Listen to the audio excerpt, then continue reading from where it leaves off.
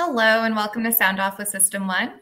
I'm your host, Krista Kornchuk, and I'm here today with our panel of experts to talk with you about 2024 hiring and business trends. Before we get started, here are a few words about System One.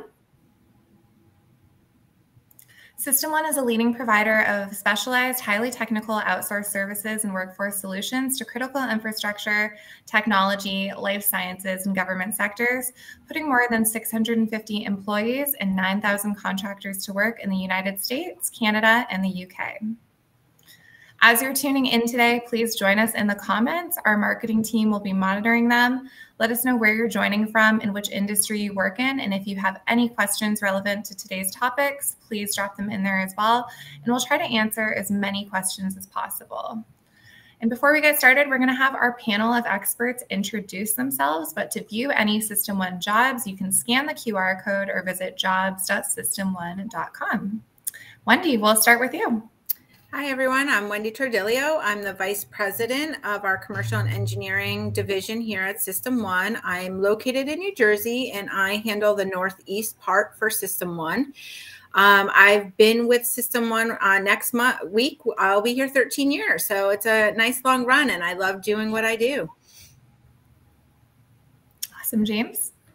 Yes, my name is James Kelly. I sit in Tulsa, Oklahoma, and I'm currently Vice President for our System One office here. We are focused in accounting and finance, engineering, and IT across most of the Midwest. And last but not least, Clay. Hello, everybody. So Clay Landrum, I'm the Vice President here based out of Houston, Texas. My office focuses primarily on engineering, construction, and finance and accounting. I've been with the company for almost 14 years and sit in our southern region. Awesome. And again, if you have any comments to add, please send them in. Our panel will be happy to answer them. We're going to get started with the first question. How is the business environment looking in your region right now? Wendy, let's start with you. Sure. So the Northeast, we're getting, stronger by the day, which is great. We are seeing a need and demand still for top talent. I can say, though, our clients are being a little cautious moving into 2024, to add additional perm headcount. But with that being said, we are seeing more growth within our clients than we had last year. So that's positive moving into 2024. And I would definitely say the engineering market is really what's hot in 2024. And I just think it's because a lot of new budgets and contracts have been released. So we are seeing that as well. Yeah, same here. For the southern region, we're seeing a lot of activity with new clients and hiring, and it's a very optimistic hiring forecast. There's a lot of large capital projects happening with new plants and facilities along the Gulf. A lot of new technology-based businesses opening up semiconductor plants across the country and specifically in the southern region as well. So the outlook's very positive. We're seeing a pretty quick start to the year. January and February have been pretty fast paced in regards to hiring. And a lot of our conversations with clients have been very optimistic about what they're planning to do in 2024 and even into 2025. I think I would agree with both of those comments. And to just add a little bit, I think that to Wendy's point, companies are probably a little bit hesitant, at least that seen this in years past during election years, on making big growth moves, but definitely evaluating some talent and making sure they're hiring the right people for the right jobs. So those hard to find skill sets are definitely still hard to find. Companies are still looking for them for sure. Awesome. I love that optimistic outlook for the year. And it looks like we have a question from one of our viewers. Elena is asking, is there a specific engineering industry or specialty that is hot? I can take that one here in the southern region. Sorry, Wendy. That's okay. We're seeing, like I mentioned a moment ago, a lot in plant construction, facility construction. So engineering as a whole and anything in commercial construction, industrial construction is very hot right now. Inside of that in particular, mechanical and electrical engineering is huge. And I would say quite a bit leans towards the supply chain management as well. But anything in engineering, whether it be construction or just general fabrication of a process or if a facility is going really hot right now. Yep, absolutely. And I was just going to join in and say chemical engineering and also a lot of civil engineers that we're seeing right about now and some project managers. Yeah, same. Civil, structural, and then a lot on the HSE side from a quality perspective and things like that, to Clay's point. Fantastic. Thank you for your question, Elena. And what are clients saying about their talent needs right now? Clay, we'll start with you. They're very excited to find new talent, and the reason is because, as we've all mentioned already, there's a lot of projects taking off. So the trends right now are to hiring anything from entry level to very high level and long tenured engineers, and really anything across that board. So one of the things that we're seeing with a lot of the hiring and the trends is good people are going to get good jobs. And so we're very much and very proactive in going out and reaching out to our clients about when good people are looking, and just when hard to find skill sets are looking, or any skill set. Our clients always want to know, or going to want to know, if there's someone out there that they can help grow their team or add a technical skill set to the team, or really just anything from that perspective. So we're seeing a very positive outlook from there. Yeah, I think what we see here in the Midwest from some of our clients are there's that shift that they're having to make and the speed at which they're having to interview and schedule those within the teams, because the good talent is getting scooped up quickly, or if the process takes too long, then they're going to have multiple offers. And so really it's been up to us to educate our clients on that process, understanding and letting them know that they do need to move a little bit faster with those good talents, or else they're going to be scooped up or potentially take other offers. I echo that 100%, James. That is probably one of our most challenging issues that we face on a weekly basis here, is letting our clients know, like, we're not asking you to hire tomorrow, but you need to move that process along a little quicker, because the candidates are really finding their dream jobs out there, because we are seeing clients really hiring. And they're just waiting too long. And by the time that offer comes, they either have a little bad taste in their mouth that it took this long for them to say, hey, you are the best candidate, for this position. Or, they've already been offered another position that moved a little quicker.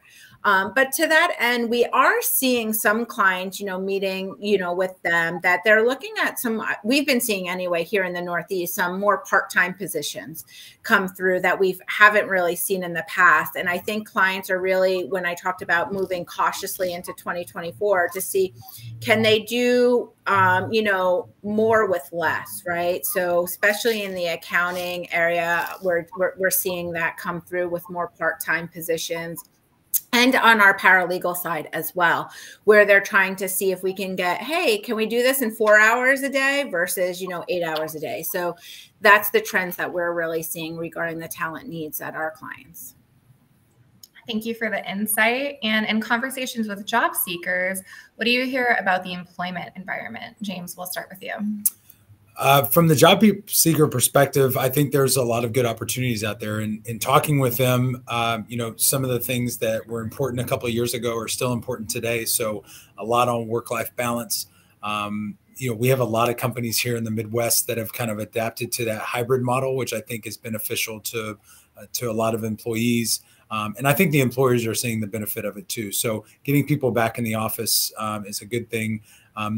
The other thing that I think is important is career growth. And so from a company perspective, if you're out there trying to attract good talent, you definitely want to make sure that you're talking about the career growth and opportunity beyond just the job that you're hiring for, so that those candidates that are truly looking to invest and expand their career are going to be able to have a nice track or runway within your organization, as opposed to feeling the need to have to go elsewhere. Yeah, absolutely. We're seeing, when we're talking to our candidates, we're seeing a lot of them having to make that shift from 100% remote back to the hybrid, back into the offices, because companies are moving back in, into the office. Some are at 5 days, some are, hybrid 3 days, but it's really having that work-life balance. And I really think candidates are looking for that happy place, right? Where the companies really utilizes their talent to the best of their ability, where they can still have a family work-life balance, where there might be flexibility in scheduling to still be able to attend to, their family life, but still put in the hard work needed, at their position. So I think that's really big. And I've been hearing a lot about benefits are very big to a lot of candidates right now in the market. That what are the clients offering as it relates to, the benefits and that happy work life? Yeah, I think the candidates that we're talking to are just excited about new opportunities. And, now that a lot of people haven't been in the office 40, 50, 60 hours a week, they've got a chance to really see what's important to them. A lot of people want to go back into the office. A lot want the mixed model. A lot want different perks in the environment. So I think the outlook and mindset of job seekers right now that we're seeing is pretty exciting. They're really focusing on what's important to them, which is really great. We're able to see some new things and realize that people aren't all motivated the same and aren't all excited about the same perk or benefit within an organization. So optimism is out there right now for the job seeker. Fantastic. And I'm going to use this as an opportunity to give a shout out to our blog. We actually have a whole blog on work-life balance, and it's something that System 1 recruiters are very well versed in. Oh, and it looks like we have another question. How is the job market for clinical research industry? Oh, fantastic. I'm going to jump on that. I'm going to give a shout out to our Jolie sister team. So I'm actually fortunate enough to be here in New Jersey and share their home base in Edison. So all of us on this call is not from our, science, clinical, and healthcare division, but I'm going to have you go onto our website, look up Jolie, and follow their blogs on social media. They are posting so much information that's going to answer all of these questions that I see popping up in the chat regarding healthcare, clinical, and science positions. But feel free, I believe our information will be posted as well. Shoot me an email. I'll be glad to send your information over to our Jolie partners. Thanks, Wendy. And for the tech sector, with the rapid advancement of AI and machine learning, how do you see these technologies influencing hiring needs in IT and engineering fields? Clay, we'll start with you. Yeah, so that's a good question. AI is one of those things that's been around for quite a long time, but it's definitely taking a much quicker approach to how much we're hearing about it today. I think that AI is a good tool, but it's never going to be something, or I can't say never. It's something that humans and artificial intelligence are going to have to coexist and work together on. So as far as hiring goes, I think it'll help identify hiring trends. I think it'll help identify trends that come from anything from finances to manpower, anything in that space. But in the end, a bulk of that hiring is still going to be the human. The human element has to design the project and overlook it. The human element has to be there and physically touch it. And it's going to be a very, very long time, I believe, before anything AI is really going to start truly replacing the need to hire the individual itself. So I think it working together and coexisting and learning more about the benefits that it can bring to the table is something that we'll see. But I think that the hiring trends are going to stay the same and maybe even be assisted and helped by AI from a human perspective. Yeah, I think companies are really trying to figure out how AI can help their business. I read an article the other day. I can't remember, it might have been on LinkedIn somewhere, but it was in regards to hiring a chief artificial intelligence officer. And how can we use AI to better our business? And so I think companies are kind of wrapping their arms around that. From a personal tool, I think it's great for from a resume perspective. You can use it to write a resume and draft emails and things like that. So it's a crazy technology for sure. Yeah, absolutely. And I think it's comforting to hear that it's something we need to evolve with. It's not necessarily going to replace the need for humans. So thank you all for that. For the medical and healthcare fields, what roles are we seeing the highest in demand? James, we'll start with you. Yeah, so I'll speak to the healthcare side. And I think Shannon Peters had a question earlier for looking for a position within non-clinical and healthcare. What we're seeing a lot within our healthcare systems in the Midwest is heavy on the med billing, insurance follow-up, a lot of accounting and finance, really geared more towards the numbers side of things. But in addition to a lot of system implementations, so heavy ERP, software engineers and systems engineers to help better facilitate, I think, really just, IT across the board for the different health systems. I already gave my plug during our last question, for Jolay. So please reach out to Jolay. They are one of the top leader service providers in clinical science and healthcare, and you will find all of their positions posted online. Fantastic. Thank you, guys. And I know we already spoke on this a little bit in terms of engineering, but are there any certifications or educational backgrounds that are becoming more critical for candidates? Clay, we'll start with you. Yeah, so that's a great question. There are certainly some fields within the engineering world that certifications are very helpful for.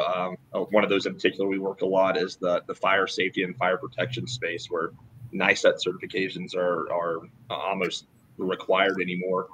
But as far as just true engineering and certifications, a lot of our clients and a lot of the market that we work with in particular want to find a good mix of experience and education. And I think that can vary on which is more paramount. Now, certainly there are going to be roles that are required to have a 4-year degree plus an additional degree to even be considered for the role. And at the same time, there's many roles that don't. So I would say the traditional ones we see more from a formal degree or a formal background is going to be anything electrical, mechanical, chemical engineering in that space, civil engineering.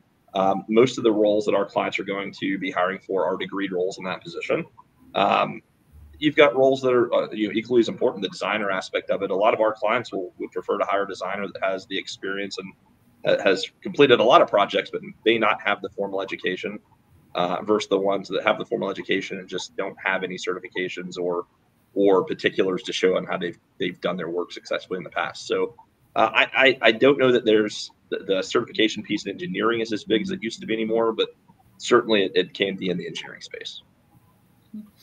Yeah, I agree 100% with Clay. We are seeing a lot more clients when we're going to talk about certifications, where in the past they did require certain certifications, even, prior to having your resume submitted or an interview set up. Now they're looking at your experience and willing to bring you in, train you in that position, and actually send you for your certifications that are required for that position. Regarding the degrees, there's some engineering positions, even some accounting, financial positions that do require to have, that degree based on it. And a lot of it is stemming from what type of contracts they have, right? If you're working with government and federal contracts, that is just a requirement that is pushed down through those contracts. So there is still a need for it. But, as Clay mentioned, we are seeing a lot more clients opening up that it's a nice to have versus a must have. So we definitely are seeing that, which is, very exciting for candidates who have all those years of experience, but are missing that small piece of information of holding that degree. I would say a lot of it too depends on the hiring manager specifically, and what's important to them. So definitely, go ahead. Sorry, no, go ahead, James. I was just going to say, I would definitely encourage any job seekers out there that if they see a position that's open and they don't have each and every single skill set, still apply. There might be another opportunity within the organization that might be a good fit for you. Absolutely. And if you're utilizing a System 1 recruiter, they'll definitely be able to speak on your behalf, considering they have long-standing relationships with a lot of the clients. Considering layoffs, what advice do you have for professionals to remain competitive and resilient in the job market? Wendy, we'll start with you. Yeah. So layoffs, right? We don't want to talk about, it's like layoffs versus playoffs. We don't want to hear that word of layoffs, right?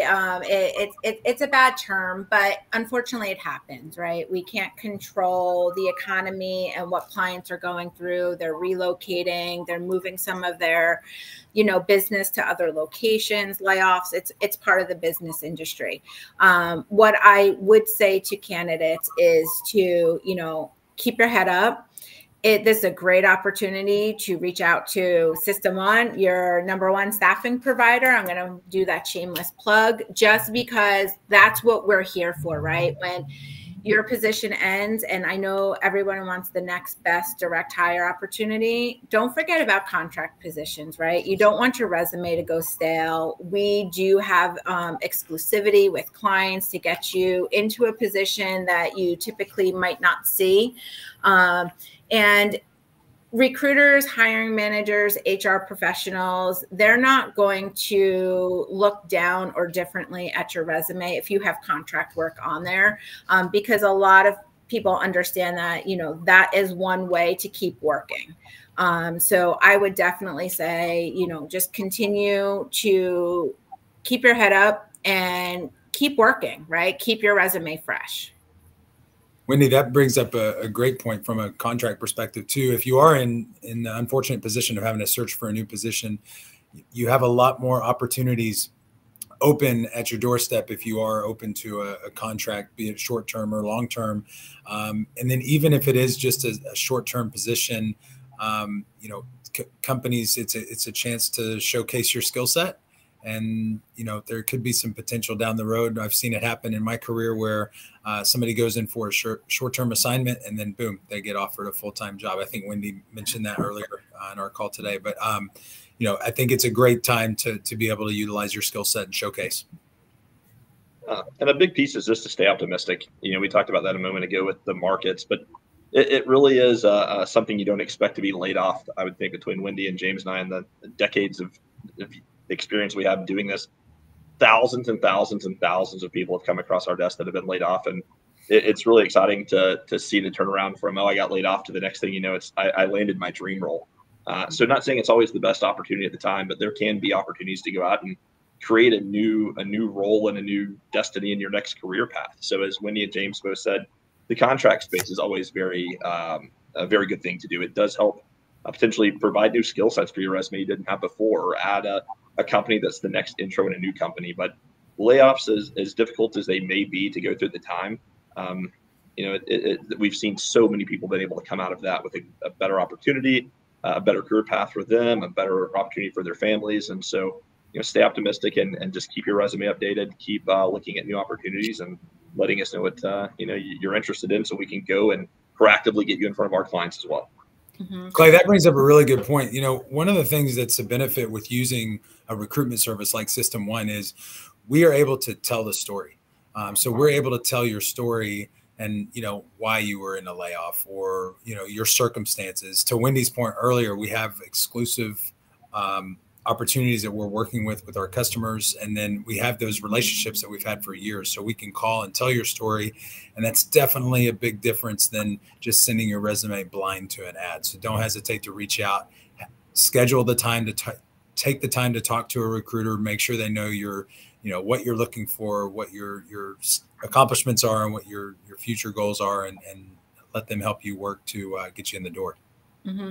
Right. Because just what Clay mentioned, it just brought up a really good point, is to say contract roles, you might have been in one industry for 10, 15 years, and now you might have been in an unfortunate circumstance of a layoff, but then going into a contract role, it might take you into a totally different industry that you've never been part of before. And you might be like, wow, this is where I really needed to belong. That's your dream job, right? So I think by doing contract roles, you kind of get to experience the best of both worlds, and, you know, seeing small clients versus big clients, and, you know, the different types of industries to find your next best fit. I love it. I mean, I've had a layoff happen to me, and I think an important mindset to have is if something doesn't go to plan, there's probably something better out there for you. So definitely keep that in mind when you're hearing about layoffs. And our last question for the day: how can businesses and professionals prepare for future uncertainties in the global market? James, we'll start with you. I think the most important thing is just to consistently be evaluating their staff and their team, making sure they have the right players in the right seats, and making sure that they're being thoughtful with future hires. We talked about contract quite a bit on this call, but that's a great opportunity to bring in extra help if needed, and not have to feel the need to have a full-time permanent hire. And then from the candidate side, you know, from the uncertainties, to Clay's point, just stay optimistic, and, you know, do your part to be visible. So be active in your community, you know, understand what's going on in current events, and then research and do your homework before you go talk to a company, prospective company? I think it's a two-part question, or a two-part answer, I guess is the better way to say it. If you're a candidate or a job seeker, an employee, whatever it may be, always just keep pushing your skill set. You know, it's easy to get to the status quo and being in your career and saying, hey, I'm really happy with what I'm doing here. I'm comfortable. I don't need to learn anything new. I don't need to try and grow myself professionally. And you may find yourself at some point, you know, where you're having to look for new jobs. So if you're able to just continue to try to grow, learn new things, explore new opportunities, I think that would be beneficial from a client side.